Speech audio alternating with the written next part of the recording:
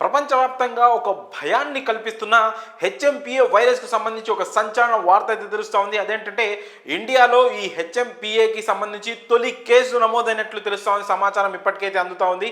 ఈ తొలి కేసు అనేది ఇప్పటికే చైనాలో ఈ వైరస్ ప్రబలుతుండగా ప్రస్తుతం ప్రపంచ దేశాలు కూడా ఈ వైరస్ పట్ల అప్రమత్తంగా ఉన్నాయి.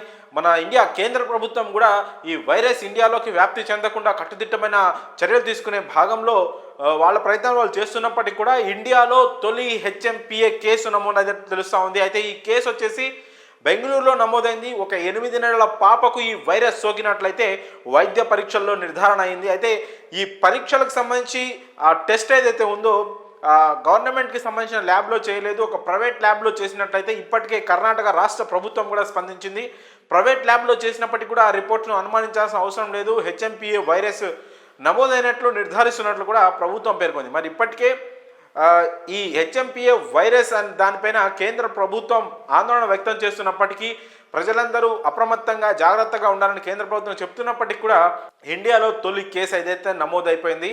ఈ వైరస్ ఒక భయాందోళనకరమైన వాతావరణం అయితే సృష్టిస్తూ ఉంది. గతంలో మనం చూసాం కరోనా వైరస్ ఎంత విలయం సృష్టించిందో. ప్రపంచవ్యాప్తంగా కొన్ని లక్షల మందిని అయితే ఈ కరోనా వైరస్ బలి తీసుకున్న విషయం మీ అందరికీ తెలిసింది. అది కూడా చైనా నుంచే ఉద్భవించినట్లు కూడా అప్పట్లో చాలా కథనాలు వచ్చాయి. సో ఇప్పుడు ఈ కొత్త వైరస్ హెచ్ఎంపిఏ వైరస్ ఏదైతే ఉందో ఇది కూడా చైనాలో తీవ్రంగా ప్రబలుతుంది. అక్కడి నుంచి వేరే దేశాలకు పాకే అవకాశం ఉందని ఇప్పటికే కేంద్రం అప్రమత్తమైనప్పటికీ కూడా ఇండియాలో తొలి కేసు ఏదైతే నమోదైంది. సో ఇప్పటికే కేంద్ర ఆరోగ్య శాఖ ఆ బాలిక ఆరోగ్య పరిస్థితి ఎలా ఉంది, ఆ పాప ఆరోగ్య పరిస్థితి ఎలా ఉంది, ఆ వైరస్ లక్షణాలు ఎలా ఉన్నాయని ఇప్పటికే హుటాహుటిన ఆరా తీస్తున్నట్లు తెలుస్తూ ఉంది. ఇప్పటికే రాష్ట్ర ప్రభుత్వంతో కోఆర్డినేట్ చేసుకుంటూ ఆ వైరస్ ఇతరులకు వ్యాప్తి చెందకుండా ఎలాంటి జాగ్రత్తలు తీసుకోవాలి ఏంటి అనే దానిపైన ఆరోగ్య శాఖ అధికారులు అలాగే కర్ణాటక రాష్ట్ర ఆరోగ్య శాఖ అధికారులంతా కూడా ప్రస్తుతం ఆ ప్రయత్నాల్లోనే ఉన్నట్టు తెలుస్తుంది. అయితే సౌత్లో తొలి కేసు ఇండియాలో బెంగళూరులో తొలి హెచ్ఎంపిఏ కేసు నమోదవడం మాత్రం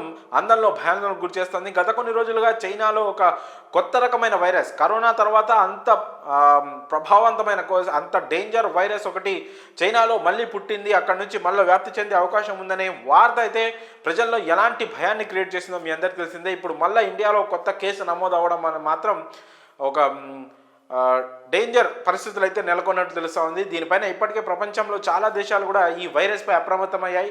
అయినా కూడా ఇండియాలోకి వైరస్ తొలి కేసు నమోదవడం ఈ వైరస్కి సంబంధించి మాత్రం కాస్త భయాందోళన వాతావరణం అయితే నెలకొంది. మరి దీనిపైన కేంద్రం ఎలాంటి జాగ్రత్తల చర్యలు తీసుకుంటుంది అనేది మాత్రం చూడాలి. ఇప్పటికే ఇండియాలో తొలి కేసు నమోదైన నేపథ్యంలో మీరందరూ కూడా చాలా జాగ్రత్తగా అప్రమత్తంగా ఉండాలని కూడా కోరుకుంటున్నాం.